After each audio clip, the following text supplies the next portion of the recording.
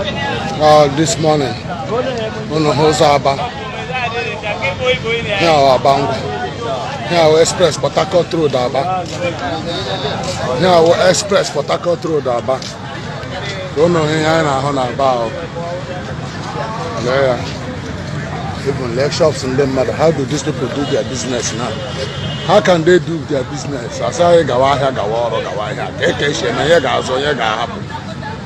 if more park la moto weroko because one another page even park the even nah man can make sure no here Monday here morning man. How going what we are passing through in this town man. The time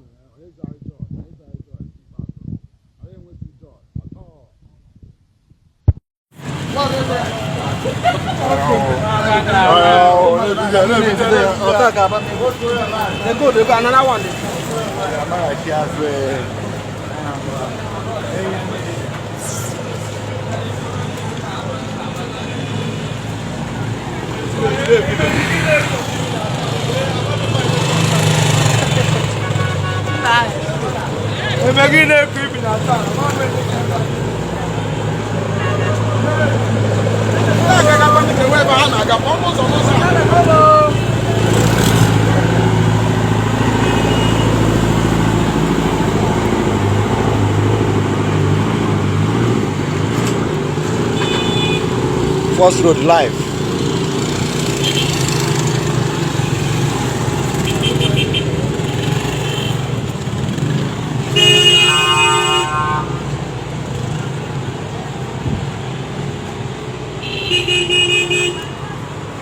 La la la la la la la.